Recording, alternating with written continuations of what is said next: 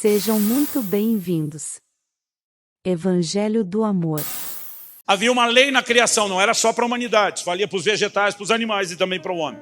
Cada um reproduza conforme a sua espécie. Então, ao fazer um modelo conforme a sua imagem e semelhança, a ideia é que ele replicasse conforme a imagem e semelhança de Deus. É aí que eu e você precisamos entender o dano gigantesco que acontece na humanidade a partir de Adão.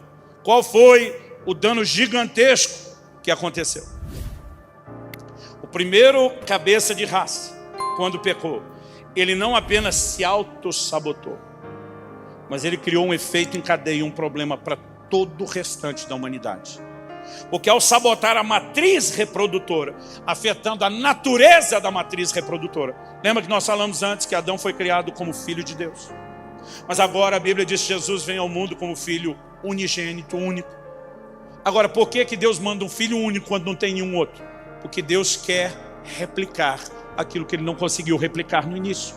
Jesus diz em João 12:24, se o grão de trigo caindo na terra não morrer, fica ele só, fica filho unigênito. Agora, qual era o plano de Deus? Romanos 8:29 diz que Deus nos...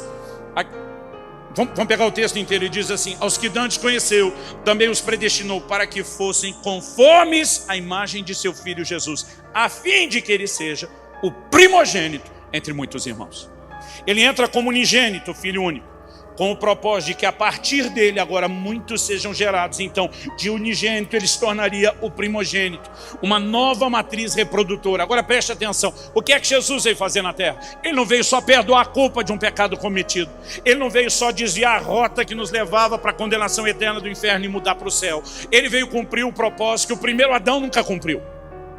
É isso que eu e você precisamos entender aqui em 1 Coríntios capítulo 15. Então no versículo 49 Paulo diz, e assim como trouxemos a imagem do que é terreno, devemos trazer também a imagem do celestial. Assim como o primeiro Adão tinha o poder de replicar seres semelhantes a ele, o último Adão vem com o propósito, porque é chamado último, porque depois desse não haverá necessidade de nenhum outro. O que o primeiro não fez, o último Adão vem para cumprir. Ele será totalmente bem sucedido na sua missão do começo ao fim.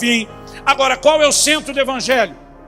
Da mesma forma que nós reproduzimos a imagem do primeiro Adão, nós temos que reproduzir a do segundo Adão. Agora, para falar isso, vá comigo para Romanos capítulo 5. Vamos começar a leitura no versículo 12. Romanos capítulo 5, versículo 12. Portanto, assim como por um só homem entrou o pecado no mundo, e pelo pecado a morte, assim também a morte passou a todos os homens, porque todos pecaram. Porque até o regime da lei, então ele está falando de antes de Moisés, havia pecado no mundo, mas o pecado não é levado em conta quando não há lei. Entretanto, reinou a morte desde Adão até Moisés. Por que diz desde Adão? Que foi por onde entrou o pecado. Então ele diz, por meio de um só homem, versículo 12, é uma referência a Adão.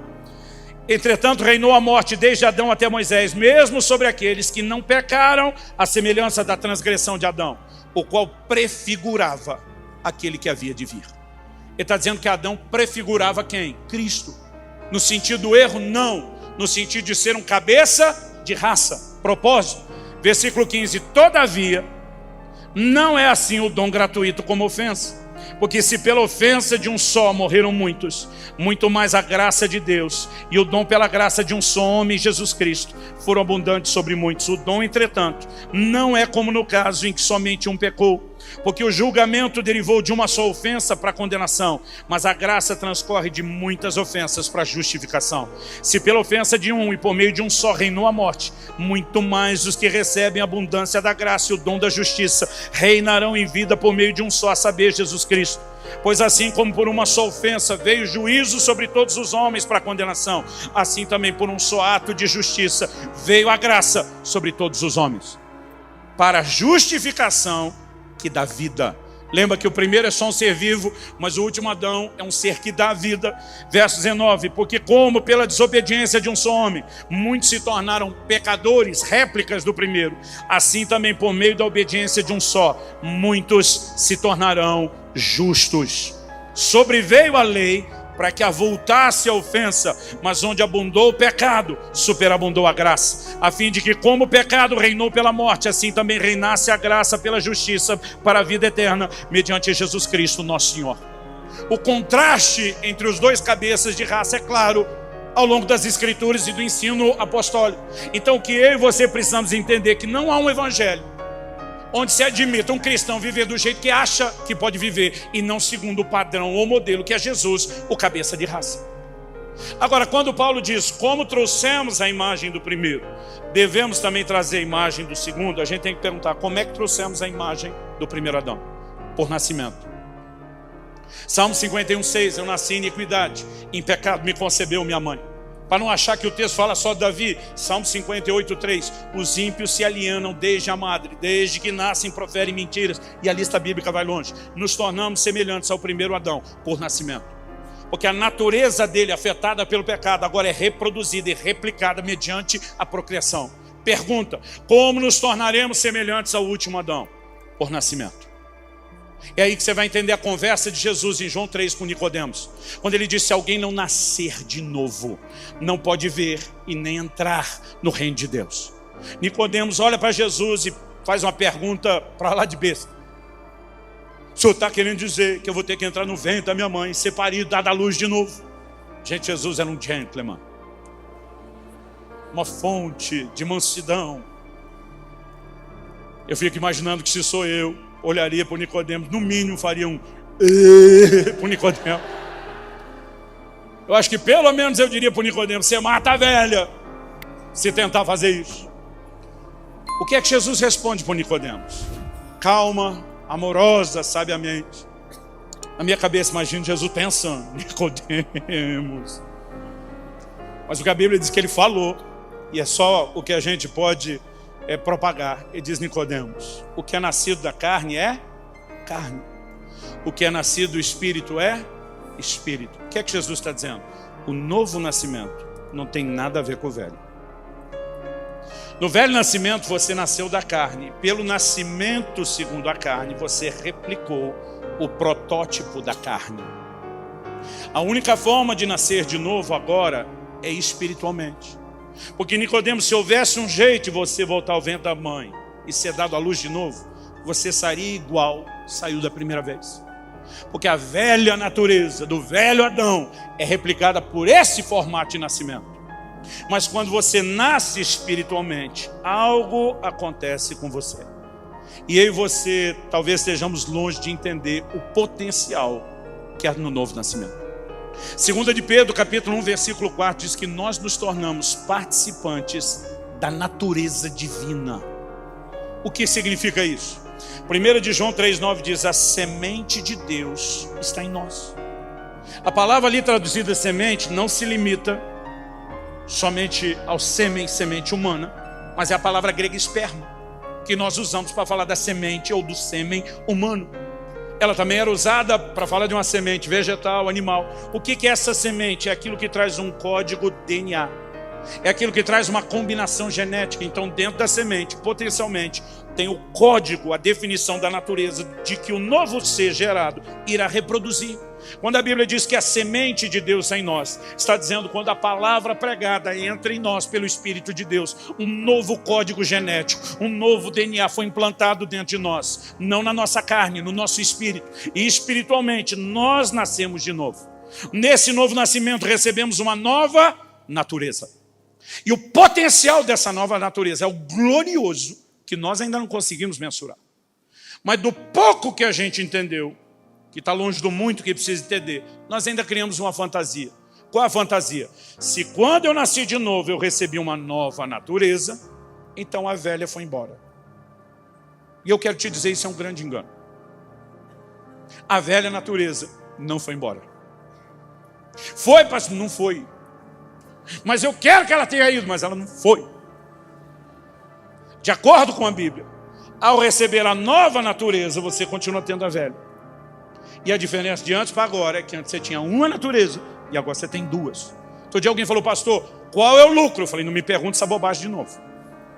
Quando você só tinha a velha natureza, você não tinha a menor chance de vencer o pecado.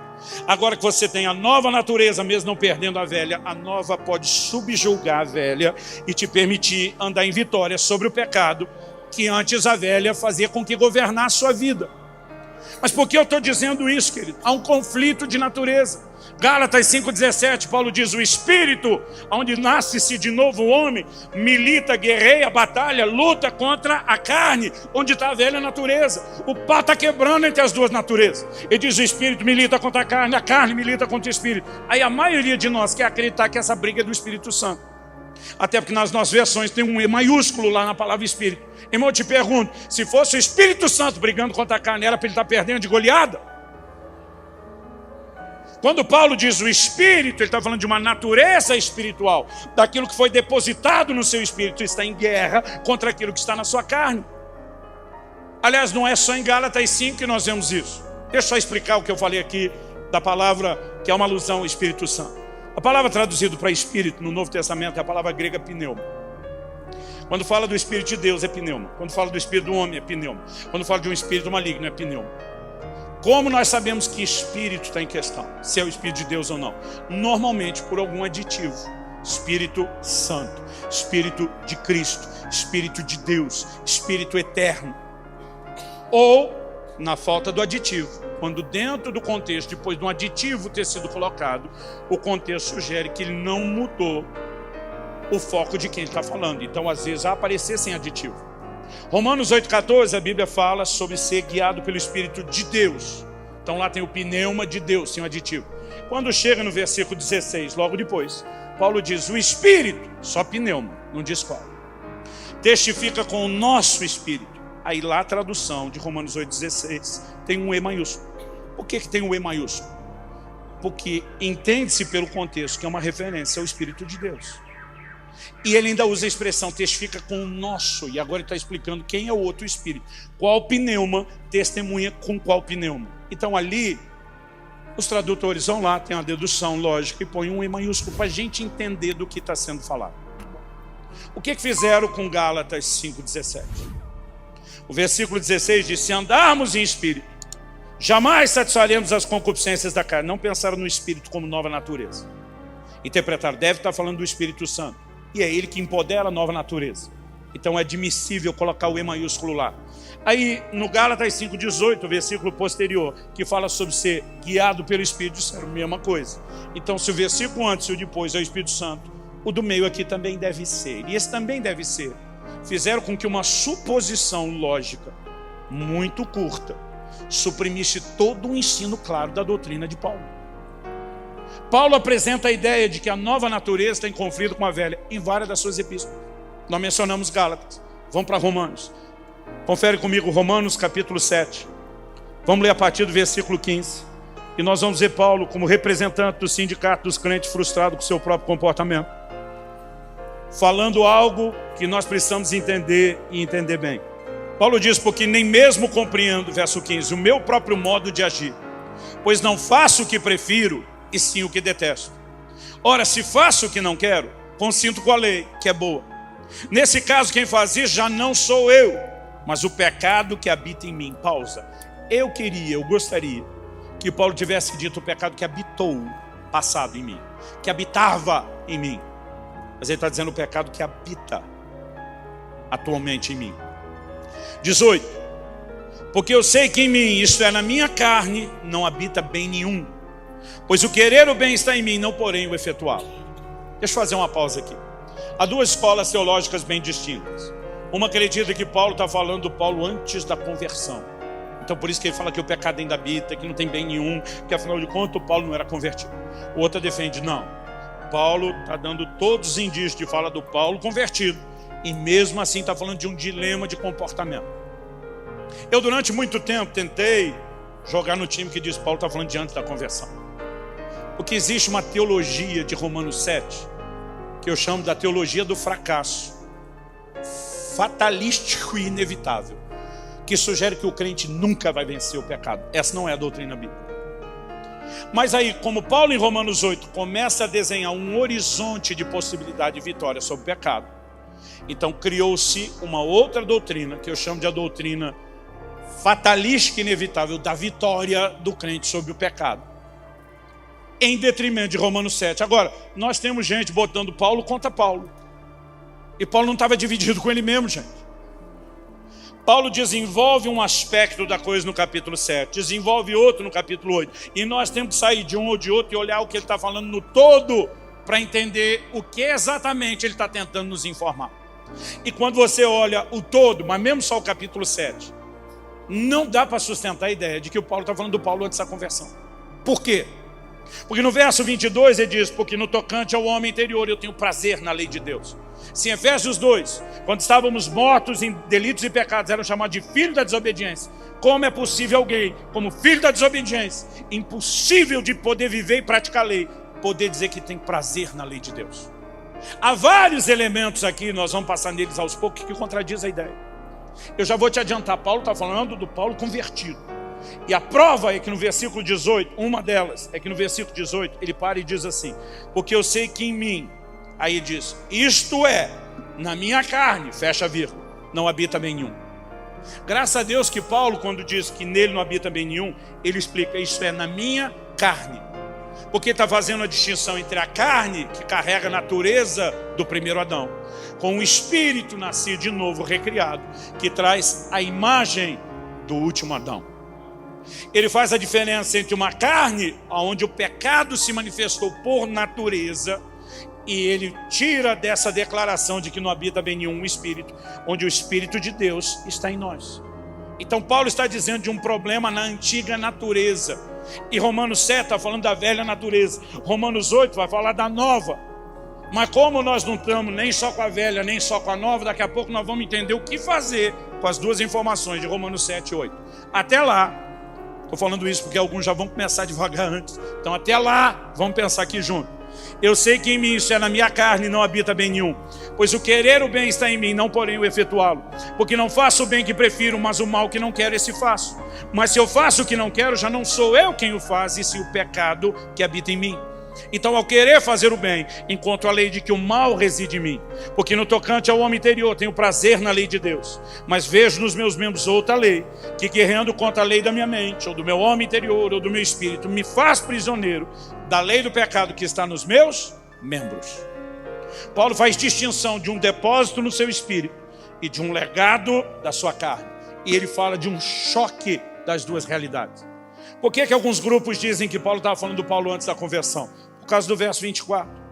Paulo faz uma declaração, depois uma pergunta. Qual a declaração seguida de pergunta em Romanos 7, 24? Ele diz: desventurado homem que sou, quem me livrará do corpo dessa morte? Aí alguns dizem, está vendo? Paulo está falando dele antes da conversão. Tanto que ele está clamando por libertação. E qual é a resposta? Verso 25. Graças a Deus, por Jesus Cristo, nosso Senhor. Aí diz, está vendo? Era o Paulo antes da conversão, clamando por uma resposta, que agora que Jesus veio, Jesus trouxe. E agora está tudo resolvido. Eu digo que está resolvido mesmo. Olha o fim do versículo 25.